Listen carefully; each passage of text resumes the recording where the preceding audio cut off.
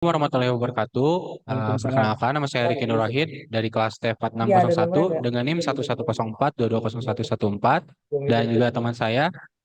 Dan saya sendiri Muhammad Rafi Praja dari kelas TF4601 dengan NIM 1104223043. Oke, jadi di sini kami akan melakukan sebuah presentasi dengan membuat sebuah video untuk menjelaskan eh, menggunakan Excel dan menggunakan Google Colab.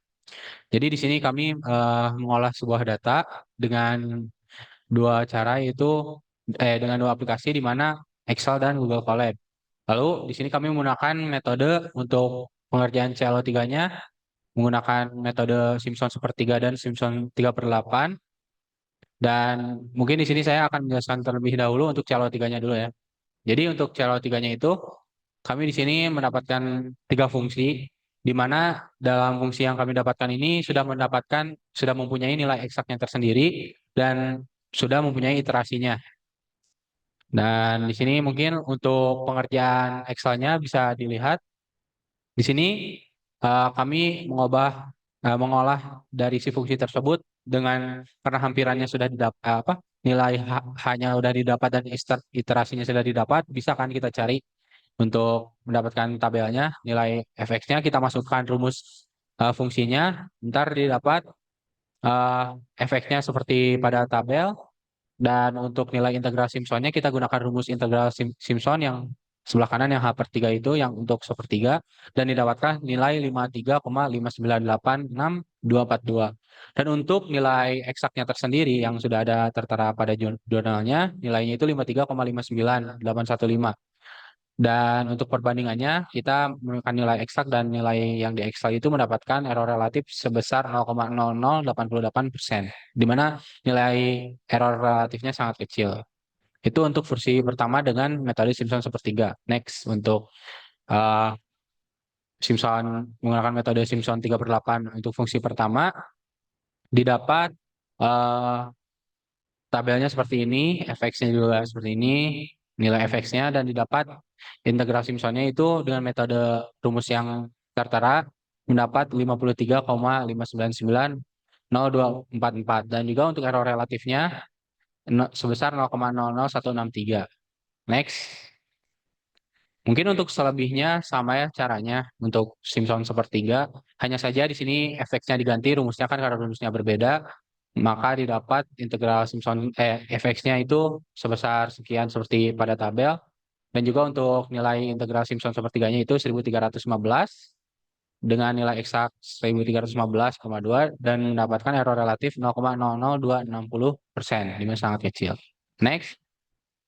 Untuk Simpson 3/8-nya juga untuk fungsi kedua didapatkan nilai 1246,52 dan dengan error relatif 5%. Next.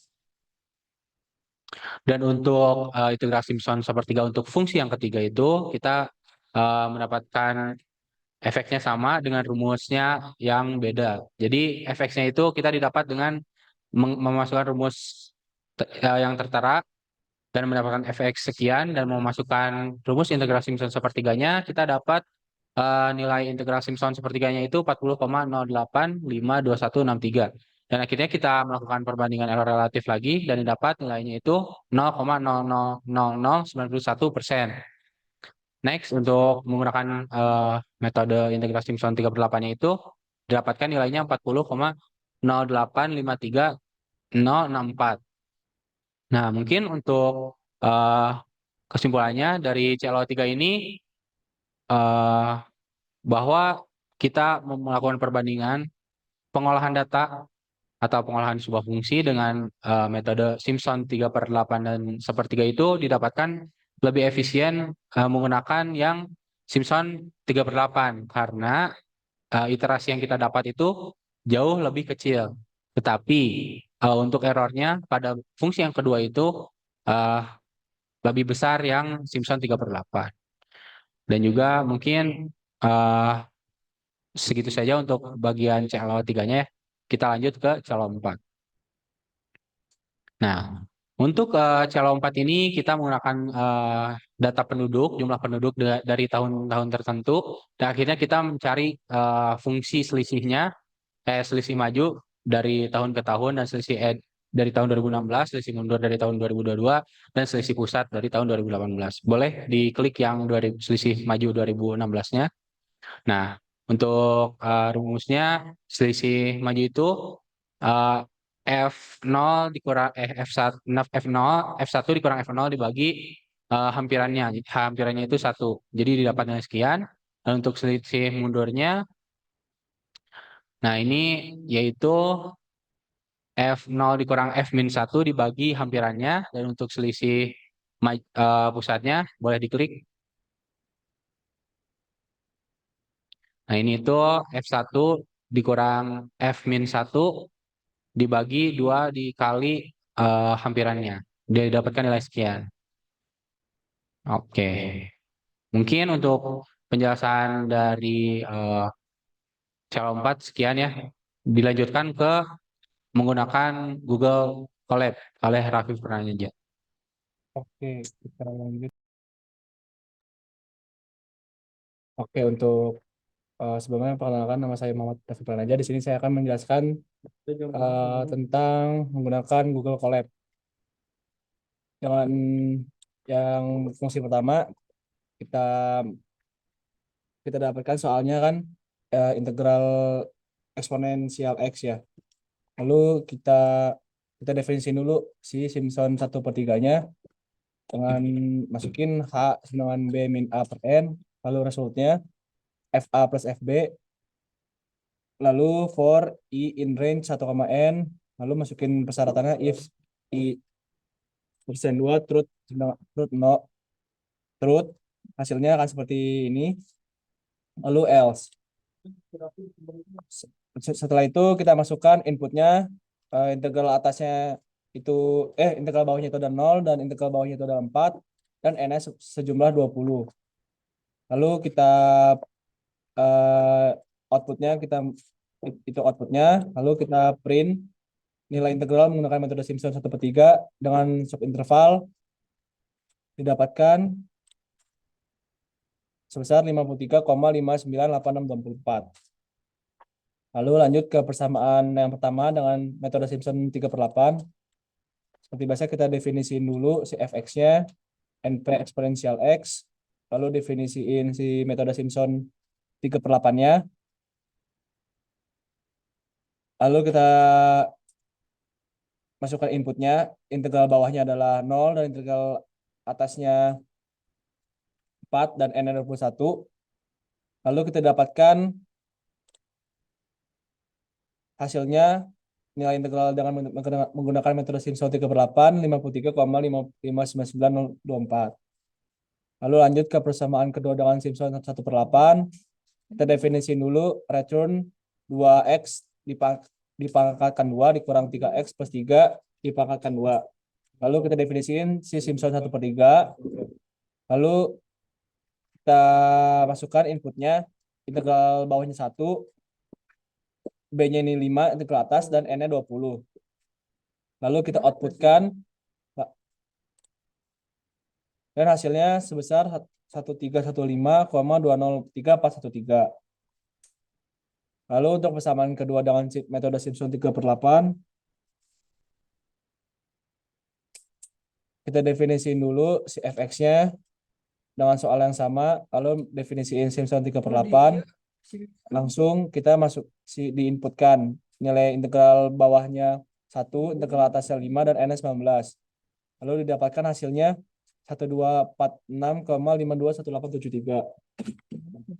Lalu persamaan ketiga dengan menggunakan Simpson 1/3, kita definisiin dulu 4 ditambah cos dipangkatkan 2, lalu kita definisiin si Simpson 1/3. Lalu kita hitung dan masukkan di inputnya A 0 sama dengan 0, B sama dengan 2, dan N sama dengan 10. Lalu kita print si nilai integralnya sebesar 40,085216.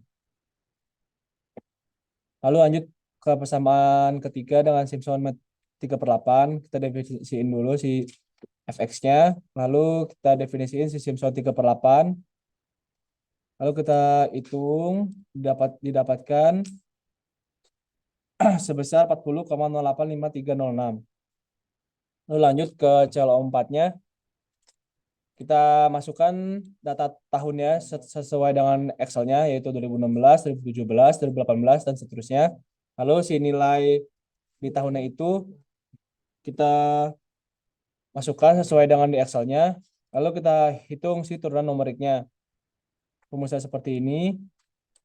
Lalu kita hitung selisih majunya di tahun 2016.